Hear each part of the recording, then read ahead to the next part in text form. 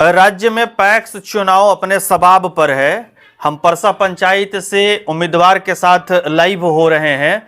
स्वागत है आपका। आप निवर्तमान पैक्स अध्यक्ष भी है और अपनी दावेदारी भी पेश किए हैं। हम जानना चाहते हैं कि इस क्षेत्र में आपके पास कितने वर्षों का अनुभव है और क्या क्या उपलब्धियां आपने हासिल की है। सबसे पहले तो खबर परिहार बिहार झारखंड में आपका स्वागत है।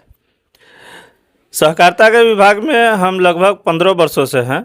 इससे पहले हमारे पिताजी थे अध्यक्ष। 10 वर्षों से हम हैं 2014 से।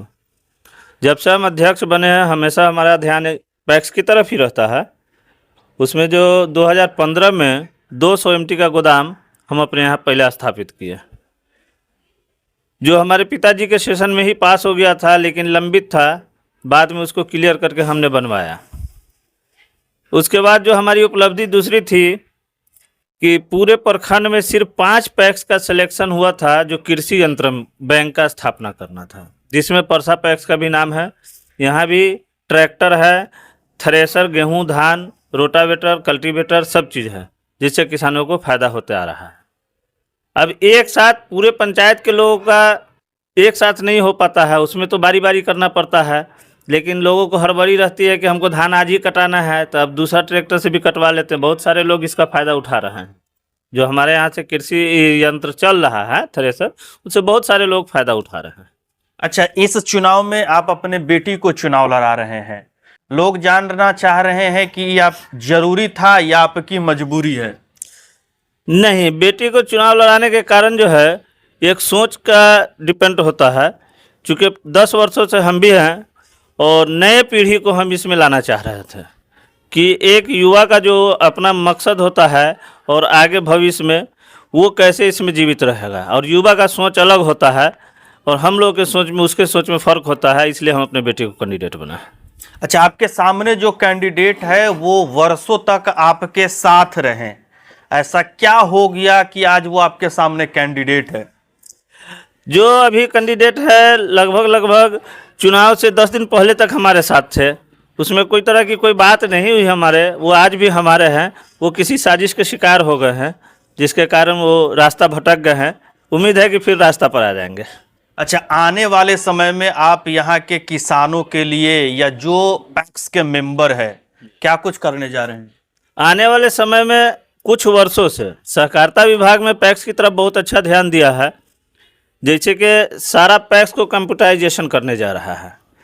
तो कंप्यूटराइजेशन करने के बाद उसमें इंदिरा आवास, ये क्या कहते हैं, वृद्धा पेंशन, आवासीय जाति आधार वगैरह सारा चीज़ का जो वसुधा केंद्र पर सुविधा मिलता है वो मिलने जा रहा है। उसके बाद क्या कहते हैं, बैंकिंग सेक्टर को लाने जा रही है, जिसका सारा रजिस्टर तैयार हो चुका है, हमारे पास भी आ चुका है रजिस्टर वगैरह। और उसमें जो सबसे बड़ा पेज फंसा था, तो वो पेज फंसा रहता है कि आपका पैक्स फ्री है या नहीं है।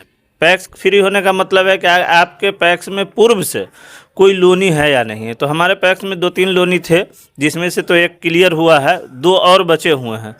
कोशिश है कि जल्द उसको क्लियर करके पैक्स को फ्री करके यहाँ नए सिस्टम से काम चालू किया जाएगा। रही लोन की बात, तो कोई पैक्स में अभी लोन की सुविधा उपलब्ध नहीं है। सरकार देगी तो हम भी देंगे। अच्छा, चुनाव का जिस दिन से घोषणा हुआ है, देखते होइएगा सोशल मीडिया पर बहुत सारा ऐसा लेख घूम रहा है जिसमें कहा जाता है कि जागो किसान जागो, आपके साथ धोखा हुआ है, आपको ये लाभ नहीं मिला है, आपको वो लाभ नहीं मिला है। वाकई में क्या पैक्स अध्यक्ष होने के नाते आपने लोगों को लाभ नहीं दिया है या वैसा कुछ है ही नहीं पैक्स में? लगभग 15 वर्षों से हम पैक्स अध्यक्ष हैं। ऐसा तो हमें कुछ दिखाई नहीं दे रहा है। सिर्फ पैक्स के समय में ही जो कैंडिडेट बनते हैं वो किसान को जगाते हैं। 5 साल तक किसान कहाँ परेशान है, कोई देखने वाला नहीं होता है। सिर्फ पैक्स का इलेक्शन आता है, उसी में जागो किसान जागो, तुम्हारा हक मारा जा रहा है, ये मारा जा रहा है, वो मारा जा रहा है। कल तक वही लोग जो है खुद दूसरे का हक मारते थे, आज दूसरे की आवाज़ उठा रहे हैं। चलिए, बहुत बहुत शुक्रिया। आप क्या सोच रहे हैं इन सब चीज़ों पर, अपनी राय कमेंट बॉक्स में निश्चित दें। परिहार शहर का गौरव AR mobile and electronics plaza, Parihar Chowk. हमारे यहाँ पर बगैर पैसा के TV, fridge, LED cooler, mobile, inverter, battery और सभी सामान उपलब्ध हैं। एक बार सेवा का अवसर अवश्य दें।